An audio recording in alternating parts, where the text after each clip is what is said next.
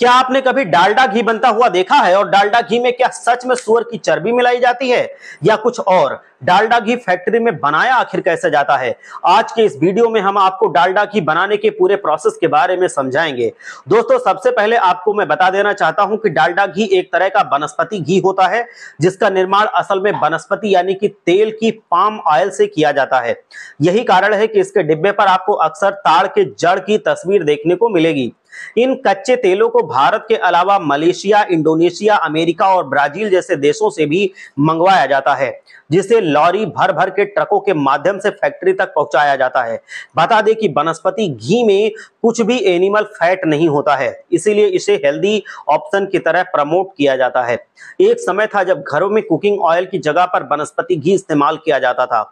आपको शायद ना मालूम हो, लेकिन शुरुआती दौर में से लेकर कई कंट्रोवर्सीज हुई थी और ये कहा जाता था कि जो ये डालडा घी होता है और जो देसी घी होता है, इसमें जानवरों की चर्बी का इस्तेमाल होता है।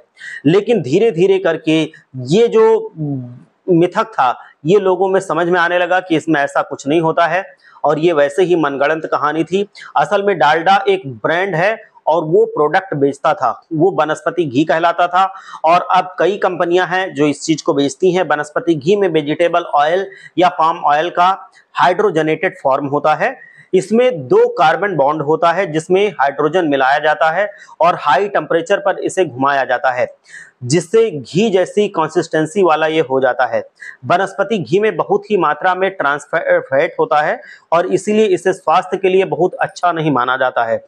अब अगर इसे मेकिंग प्रोसेस की बात करें तो आमतौर पर इसको तैयार करने के लिए सबसे जरूरी चीज ताड़ के जाड़ होते हैं और इसमें बीजों को इकट्ठा करके चलने की मदद से छिलके और बीजों को अलग अलग कर लिया जाता है और फिर उन्हें गर्म पानी में उबाला जाता है ताकि नरम पड़ सके और इसका तेल आसानी से निकल सके। अब इन बीजों को एक हाई घुमाने वाली मशीन में इतना क्रश किया जाता है कि इनमें से तेल निकल जाए और अब इसको एक एक बूंद तेल को अच्छे से निचोड़ लिया जाता है और फिर मशीन में रिफाइंड करने के लिए भेज दिया जाता है, जिससे कि इसके अंदर बची सारी अशुद्धियां निकाली जा सकें और बाद में इन्हें प्री नेचुरलाइजेशन प्रोसेस के लिए भेज दिया जाता है। और अब ये तेल पूरी तरह से रिफाइंड हो चुका होता है, जिन्हें अब घी जैसा बनाने के लिए हाइड्रोजनेशन किया जाता है। हाइड्रोजनेशन एक ऐसा प्रोसेस है जिसमें हाइड्रोजन ऐड किया जाता है और जो डबल बॉन्ड होता है वो सिंगल बॉन्ड में कन्वर्ट होता है और ये पूरी तरीके से वायुरोधी हो जाता है। आपकी जानकारी के लिए बता दें कि इस पाम ऑयल में कार्बन में डबल बॉन्ड होते हैं और इन्हें हाइड्रोजन गैस और निकल कैटालिस्ट के साथ 200 डिग्री सेल्सियस तापमान में कुछ समय के लिए रखा जाता है ताकि वो घी की तरह दिखने लगे। ये प्रक्रिया करीबन 7 से 8 घंटे का समय ले लेती है, जिसके पूरा होते ही इसे ब्लेंडिंग के लिए डाल दिया जाता है। यहाँ पर इसको बड़ी बड़ी भट्टी में पकाया जाता है और इसके अंदर फिर फ्लेवर, कलर, ये सारी चीजें ऐड कर दी जाती हैं। अब फिर बारी आती है इसमें जरूरी चीज विटामिन ए और विटामिन डी मिलाने की और विटामिन ए और विटामिन डी मिलाने के बाद ये पूरी तरह से बनकर तैयार हो जाता है और ये इसलिए बनाया जाता है जिससे ये फायदेमंद रहे।